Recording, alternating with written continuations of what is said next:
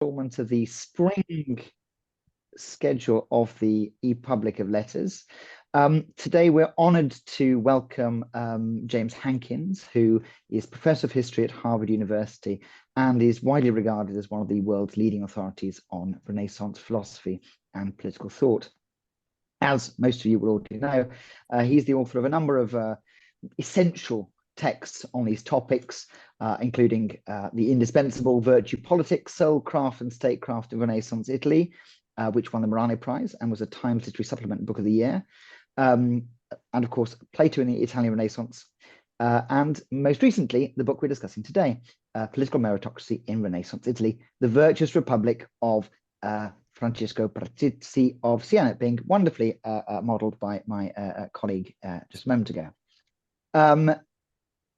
Professor Hankins is also the general editor of the Italy Renaissance Library, which has published getting on for 100 texts and continues Paul Oscar Christopher's great project of making available the classic works of the Renaissance to not only the profession, but also to the public at large. Today, as I mentioned, Professor Hankins is going to be discussing his book on Francesco Patrizi. So thank you very much. Over to you. All right. Thank you for inviting me, Brian, Monique, Alex. It's great to be at this presentation. I'm sorry, I don't normally attend these sessions, but they occur usually when I'm doing something else. At 1 o'clock is a bad time, but I'm very happy to have the opportunity to talk about my book today. It is a kind of pendant to the Virtue Politics book that I published in 2019, very end of 2019, which, by the way, is the ideally bad time to publish a book because it was 3 months before the pandemic broke out, so I couldn't do anything to really promote it very well. So Virtue Politics argues that there's distinctive political theory of Renaissance humanism built around its theory of education, which is distinct from Machiavelli's theory. In fact, I have 3 chapters in this book trying to show why Machiavelli does not belong in the tradition of virtue politics. And I also maintain that the tradition of virtue politics is the dominant tradition in the Renaissance, and Machiavelli is kind of an outlier, although of course tremendously important outlier. I'm not trying to diminish his brilliance as a theorist, but I don't think that he's typical in any way. And if you've studied Machiavelli at all, you'll know why this is the case. Machiavelli, whenever someone says something, his first response is to say the opposite, right? He's someone who doesn't agree with current wisdom, whatever happens to be. And the current wisdom in his day is what I've been calling virtue politics, humanist political theory. So my argument is that the Renaissance has a distinctive political theory. The humanists, Latin humanists in the Renaissance, have a distinctive political theory. Tremendous variety to it and many, many interesting arguments and discussions, but there are some common features to it. Virtue politics is a political theory built around the need for virtuous and wise rulers. And one of the most striking formulations is the idea that virtue is a necessary condition for legitimacy. Now, not all humanists say this, but some of them do. Many of them just say it would be nice if our rulers were more virtuous, the kind of things we say. But they have, in some very striking formulations, Poggio and most strikingly say that you cannot be legitimate ruler unless you are virtuous. So that's something that I don't find anywhere in antiquity, or at least certainly not in something that Machiavelli would say. He takes virtue.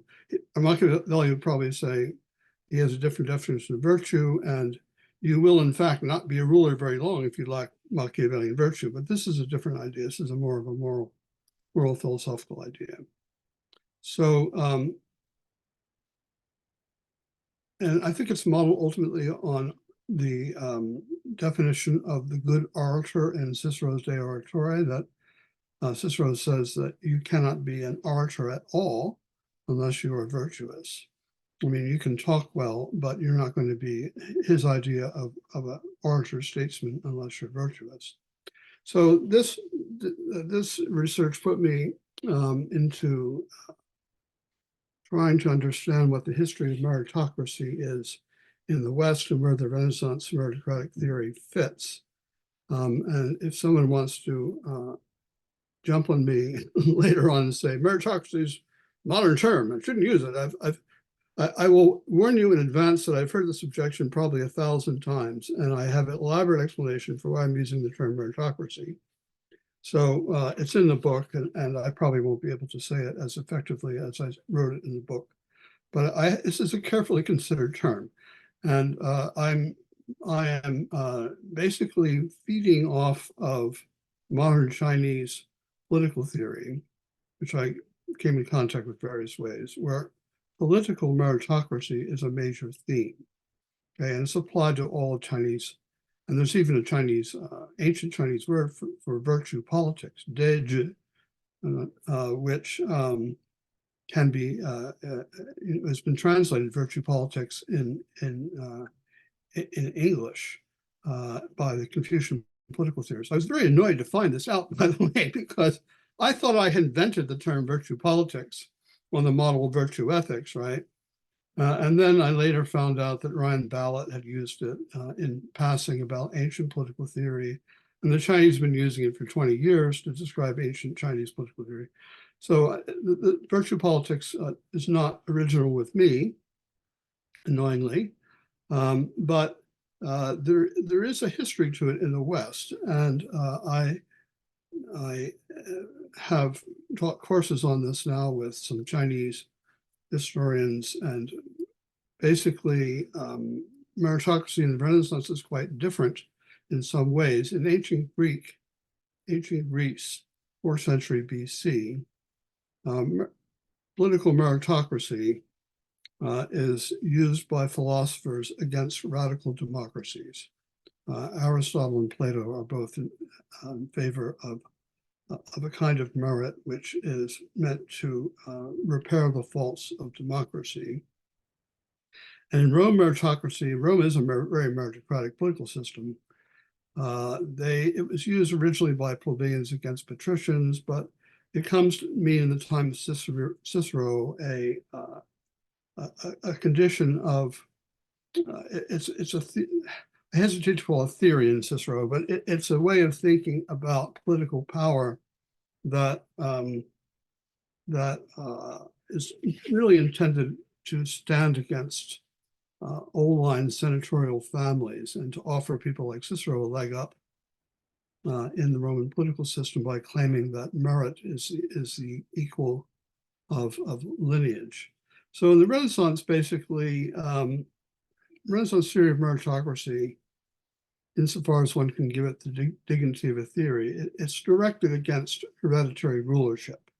And above all, against the idea that political power can be owned, right? Lordship can be passed down from father to son, or that a city can be sold to another city by conquerors, something that happens quite often, actually, in the 14th century, as Alex will know, that Lucca is conquered by some German soldiers, and then they're going to sell it to the Florentines. When the Florentines, they should have bought it, but they didn't, and instead fought a war for Lucca for 10 years, which cost them 10 times the amount of money that simply purchasing Lucca would have cost him. This is something Bruni points out in his history. He's very annoyed with the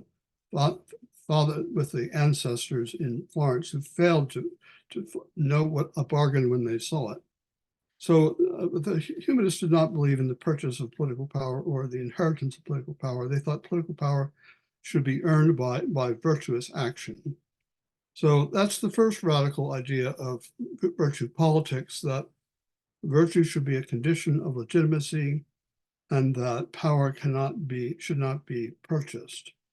It is possible, it's when I say it's a necessary condition, I don't mean it's a sufficient condition.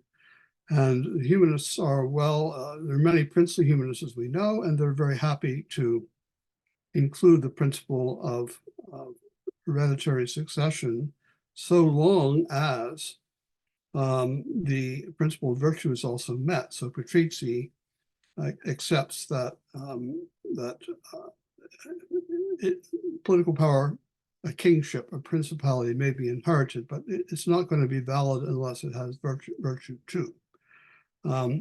So I make that proviso. In the republics, you find more often the statement that you need to have virtue simpliciter without remainder to be, they don't talk about inheritance as much. All right, so the second radical idea of virtue politics is that there is a way to earn the right to rule, which is through education. We're getting a lot of this from Cicero. That education can be used to make someone virtuous. This is an ancient Greek idea. There's a whole debate in ancient Greece about whether virtue can be learned, but humanists, like most of the Greek philosophers, are convinced that virtue can be learned. There is an educational method or system that can lead to virtue. So the ancient Greek philosophers thought it was philosophy, and ancient Greek sophists, I shouldn't use that word because people get the wrong impression. Ancient Greek teachers of rhetoric, like Isocrates, thought that a humanistic education in literature and eloquence could earn you the right to political power. So this is something that the humanists are all saying, that education is how to acquire virtue. Sometimes, knowledge of the classics is more or less equated with virtue, which is a kind of slip of the tongue, but it's, I think, for humanists, but they really believe that learning the classics, learning to be eloquent, all these things are going to make you virtuous, and that you shouldn't be ruling in a city unless you have had a classical education. Okay. All right. So much for virtue politics. Now, virtue politics, I have a lot of references to people that political science departments have never heard of, that they're very annoyed with me, the people in political science, that I kept talking about people they'd never heard of. They want to talk about Bruni, they want to talk about Machiavelli. That's basically all that they teach. So I'm talking about 50 or 60 different people in the 14th, 15th century who wrote on politics. But nevertheless, it became clear to me in taking my show on the road that I needed someone who could stand as an example of virtue politics to face Machiavelli on the stage. And it took me a long time to realize that Patrizi was the ideal figure to do this. I wrote a chapter on the De Regno in this virtue politics book, but I have to admit that I really didn't get into. I went through it looking for things I was interested in, but I didn't really get into his book on republics until after I published the virtue politics book. And when I read this thing, first of all, I was very excited because he was saying exactly what I wanted him to say. He was giving basically the theory of virtue politics, which made me very happy. But also, he really is a very serious political philosopher. And he is someone who spent a good deal of his life collecting. In fact, he spent the last 30 years of his life in Naples writing these two great works of political theory, the De Regno, but far more important, the De Republica. The full name is De Institutione Rei Publicae. I just call it De Republica for short. But this work, when I got to know it, really impressed me with Patrizi's originality. I think that's the thing that really stands out to me. He has managed to put together dozens of ancient, well, actually, I think there are about 80 different ancient sources to produce a political theory that, of course, relies on the ancients, but it is quite different in the end from what the ancients believed in many ways. He is a synthesizer but someone who, in a synthesizer, in the sense that Aristotle's a synthesizer, right? Aristotle reads everything that he can get his hands on before writing the politics. But he has a distinctive point of view, which is not Aristotle. This is a point in which I disagree with my good friend Gabriele Pedrola, who is the only person to write seriously about Patrizi in the last couple of decades. And he wants to classify him as an Aristotelian. And I don't accept that classification. Anyway, so Patrizi is someone who takes advantage of the translations of Greek philosophy and history as no one else had before him. The scholastic philosophers knew, well, some of them knew Livy, and they knew Aristotle's Politics once it was translated in the 1270s, and it becomes part of scholastic philosophy down to time of William of Ockham. But they didn't know much else, right? They didn't know Plato. They had a chunk of the Timaeus, but they didn't really know. They didn't know Isocrates or Xenophon or any of the ancient Greek philosophers other than Aristotle. And so what Patrizi is doing is he's the first political philosopher in the West who has access to pretty much everything we know today about Greek history and political thought. And he's very creative. He doesn't rely on those genres. He looks at everything. He's looking at geography. One of his main sources is Strabo, right? Diodorus Siculus, all the historians, poets. He is himself a poet. He's quite a good Latin poet. So he's bringing a very wide range of sources to bear on the set of political questions. And he is, I think, makes a perfect representative of virtue politics, which I would cast as a kind of idealistic alternative to the realistic figure of Machiavelli. I'm using these in realism in the kind of political science sense as someone who starts from political experience and tries to make political theory experience work. Patrizi by himself, by the way, I should say, he has much more political experience at high level than Machiavelli does. Patrizi is born in Siena. He's 1413. He's trained from the beginning to be a humanist statesman. His father belongs to one of the 5 political groupings in Siena, and he wants his son to be a civic leader. The son holds offices. He's for a while professor of rhetoric in the studio. He's an ambassador. He's a governor of cities within the Sienese state. And then he has very unpleasant experiences. There's a kind of populist revolt against the ruling party of the Nine, the Nove in Siena, and he is captured by the popular, I wouldn't really call it a popular party. It's more or less the excluded people. They're not exactly populists. They're just people who have been out of power for a long time. They captured Patrizi. They decide that he's a traitor. And they're on the point of executing him when Aeneas Silvius Piccolomini, who was then Cardinal of Siena, steps in and says, no, you can't execute this guy because he's a great Latin poet. Right. So this is the only time, Renaissance is the only time in history when you would get out of a death penalty because you're a good Latin poet. But it's successful, obviously, because of the cardinal's influence. And Patrizi gets out, but he's put under a very strict form of exile. He has to report into the local Sienese official every day, this kind of thing.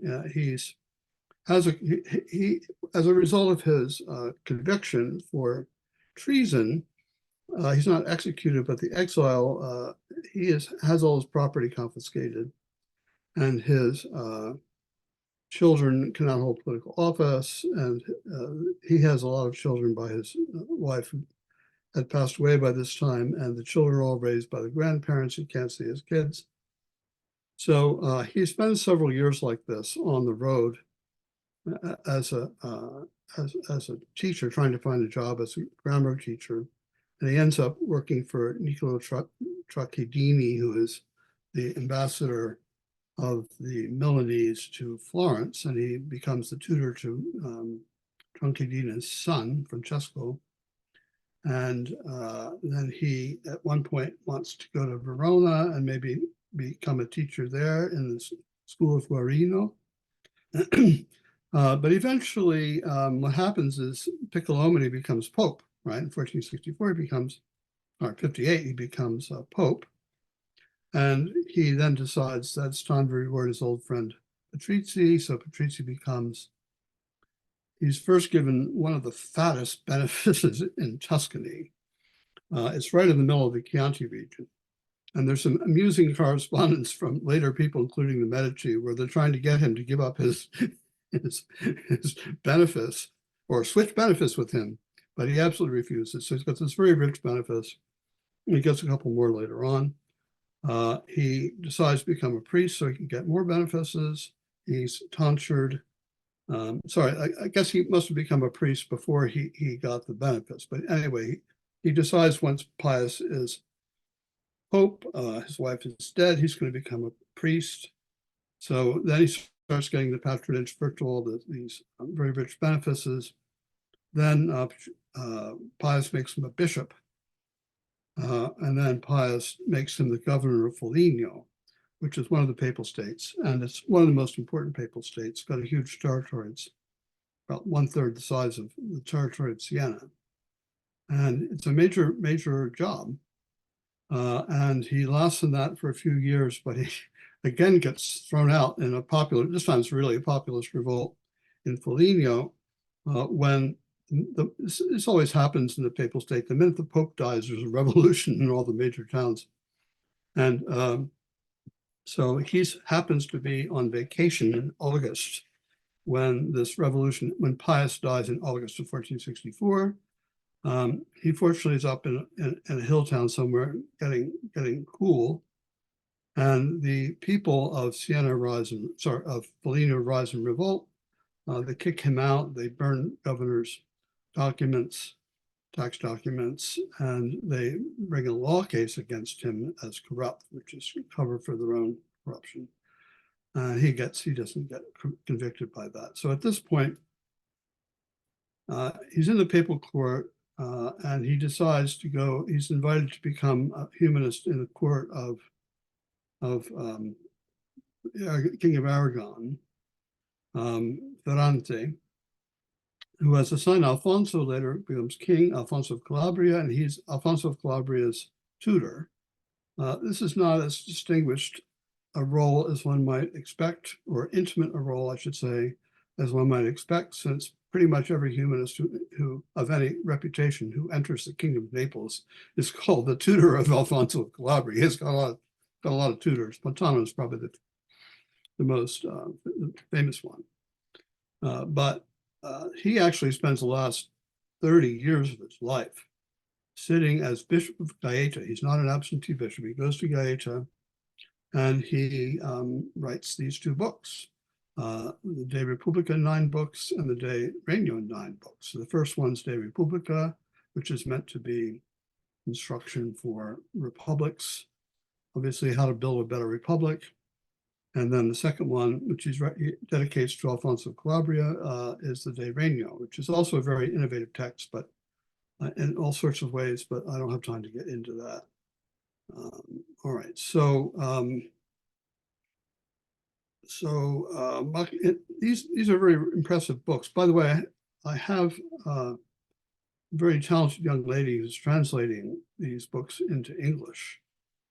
And she's done books 1 through 3, and I hope 1 and 3, which are kind of the meat of the book. And we're going to post those online, I hope, in the next month or so.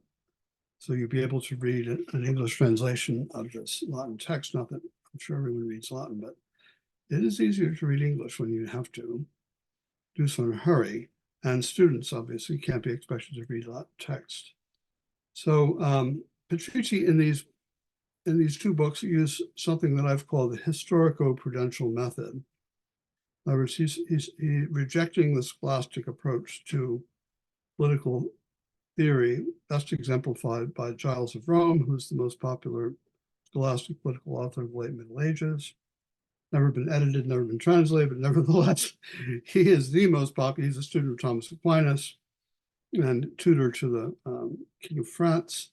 He's very, very influential, widely read, but unfortunately neglected by modern scholarship, so people can't read it. But that's the text that Patrizi is measuring himself against. But he has a different method. His method, instead of Giles of Rome relies basically entirely on Aristotle. And he asks a bunch of questiones about each section of the work, and he sets up an Aristotelian answer, sometimes appealing to Christian authorities, but basically it's Aristotle. So Patrizi, on the other hand, has got sort of 80 or 90 authors that he's citing from. And his method is, I think, ultimately very influential. I guess I neglected to mention earlier that Patrizi became one of the most popular authors in the 16th century. He's basically unknown in the 15th century. A few people know him. People at the papal court, when he was there for a few years, they know him. But after 1518, I think there's something like 70 editions. Latin, he's translated into French, Italian, even German. There's an English translation of the Epitome. He's epitomated in several languages, but he's just a major hit on the printing presses from about 1518 to 1610 or thereabouts, and then he just drops out completely for mysterious reasons. But he is tremendously influential. And to the point that I'm making, I think that a lot of people who wrote political theory in the 16th and 17th century had read Patrizi. I think I can prove that in the case of Baudin. But I haven't really worked on anybody else. But many people are using this method. And the method consists, you find it very in Lipsius's Politica, which is one of the most influential political texts of the 17th century. The method is to pose a problem, and instead of going directly to Aristotle and then creating a scholastic argument out of materials in Aristotle, he collects what everybody says about this question. So should a king who is dying choose his son or the best of his sons, or perhaps a brother or a cousin, or perhaps somebody completely different based on the principle of virtue, if he doesn't have a good son? So Patrizi then gives you 50 authorities, not that many, but he regularly gives you at least a dozen authorities selected from history and political writing, and sometimes from poetry and geography. He gives you different opinions about what should be the case. And then he gives his own solution, which is usually couched in prudential terms. In other words, there's not one right answer. Patrizi will say, well, if you have a virtuous oldest son, yeah, primogeniture, go for it. If you have a second son who is more virtuous than your first son, but the succession could cause trouble, if you choose the second son instead of the first son, or first son's mother is dead and the second son's mother is alive, you might decide to go with the first son anyway, just because there's going to be less trouble. Or if you haven't got a virtuous son, you might go to your brother. He gives historical examples of that. Make him the king. In other words, the principle of virtue is the principle uppermost, but it can be qualified by historical circumstances. And he's here, of course, going back to the Romans. The Romans had this ongoing debate between emperors who normally wanted to have their children succeed them, and the Senate who normally wanted to have somebody competent succeed the emperor. And this debate goes on for hundreds of years in antiquity, and Patrizi picks this up. So this is the method he's using. Okay, I'm going to I will stop talking quite soon, but I just want to say a few things about, so that's his method, and I think it's quite important and influential. And I would trace it up to the writers of the Federalist Papers in 18th century America. They're using the same kind of method. They're posing questions, and then they go to history, including classical history, medieval history, Renaissance history. I once found a copy of Bruni's History of Florence in John Adams' library, which is now in Boston Public Library, with annotations. So these guys are using this method, which I don't think I can, maybe someone here can enlighten me. I could not think of any ancient author who really used this kind of method. So I'm provisionally crediting Patrizi with the invention of what I'm calling the historico-prudential method. Okay, so that's one thing that's very interesting to me in the book. The second thing is that he is addressing very seriously the issue of how you adjust the interests of liberty, equality, and merit.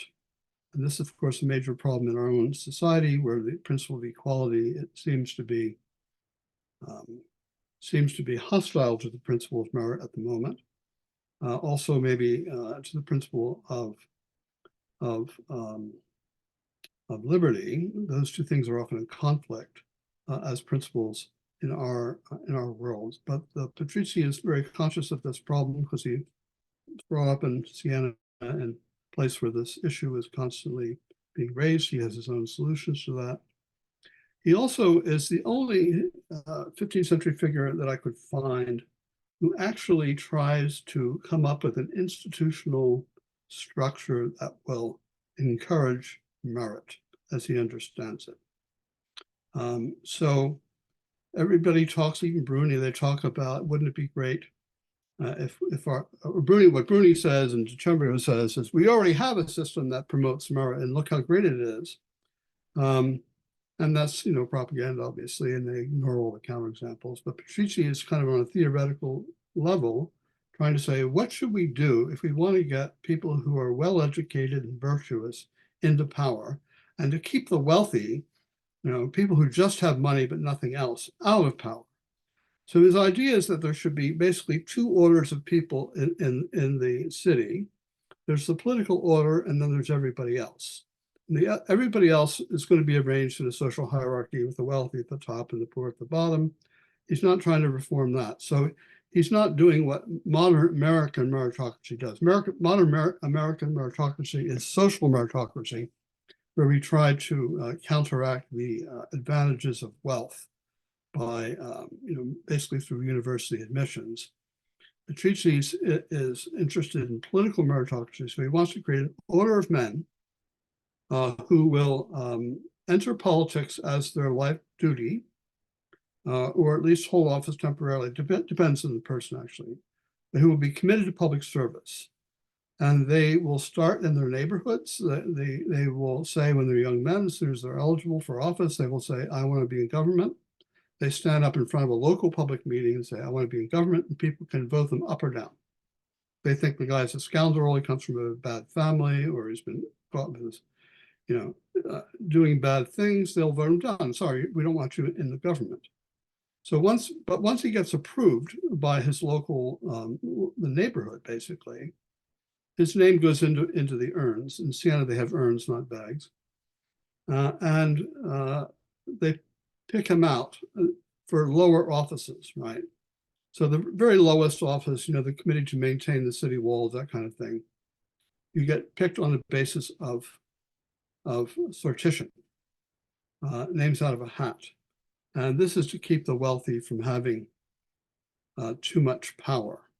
They don't want elections. Elections at this stage are not useful because elections, he's following Aristotle in this. Aristotle thinks elections are basically an oligarchic institution, which they are, of course.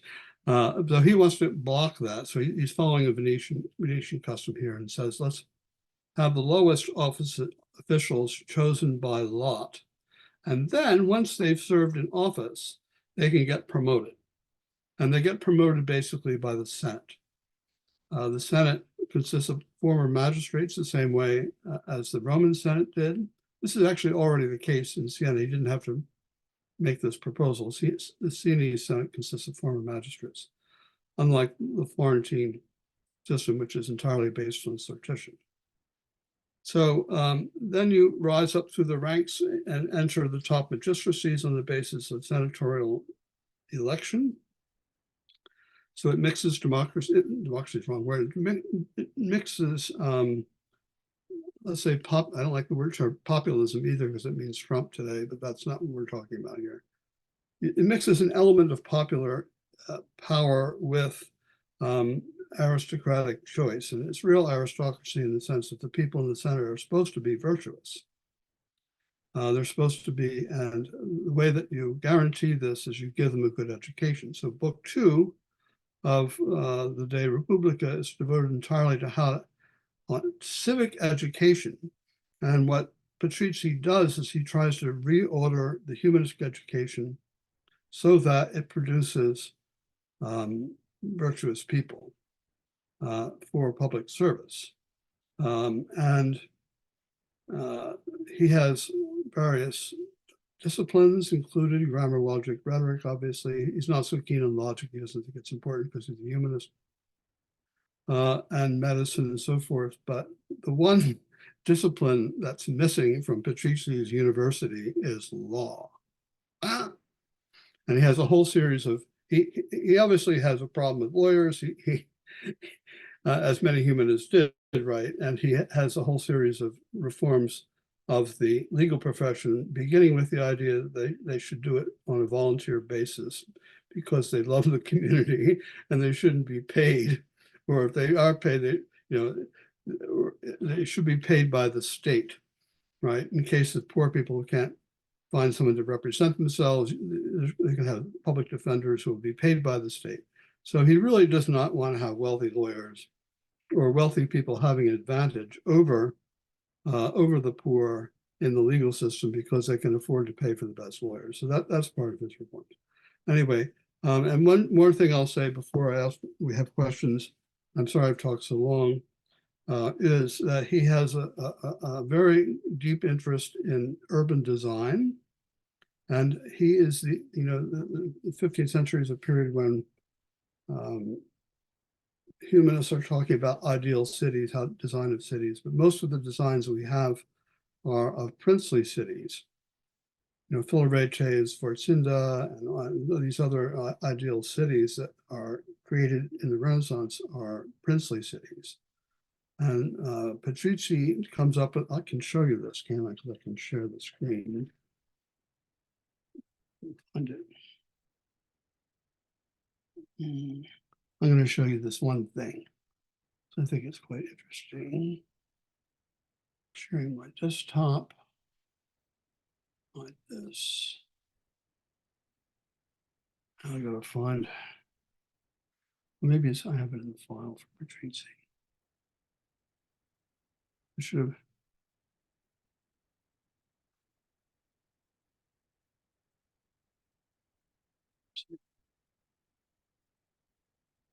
All right, I'm going to go to the website because we have a website for this course, for this book, I mean, and find it. So university, in order to compensate for not raising our salaries, has made all sorts of, this is like German professorships in Germany, that they're not making more professors, but they're giving bigger grants. So university's been handing out money. So this is the website for the Patrizi project.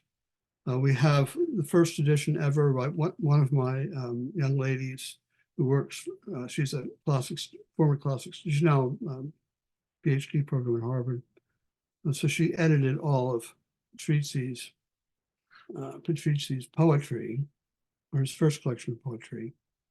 But one of the things that I think I'm interested in is text, resources. There we go. Resources. Why is that happening to me?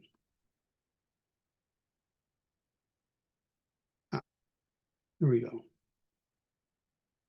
So this is a design produced by my friend Duncan Sproik, who is a classical architect at Notre Dame. He has his own firm. He makes many beautiful buildings. But he got interested in my project for Ideal City. So he drew this up on the basis of my notes on book 8 of Patrizi's De Republica, where he describes what the ideal city would look like for a republic. So he has the church in the center. He is a bishop after all. Maybe I can make this bigger. Yeah. So he has the church in the center, got wide streets. I will go into this because it would take too long, but there's a section, there's a chapter in my book where we talk about this. He's trying to design the city so that it will support a particular political regime and not give any kind of room for tyrants or for radical populism. He hates radical populism. So he wants to have an aristocratic republic with input from the people, so the people have a veto power over dumb things that the elites do. All right. So I'll stop there. Okay, I've talked too long. I'm sorry.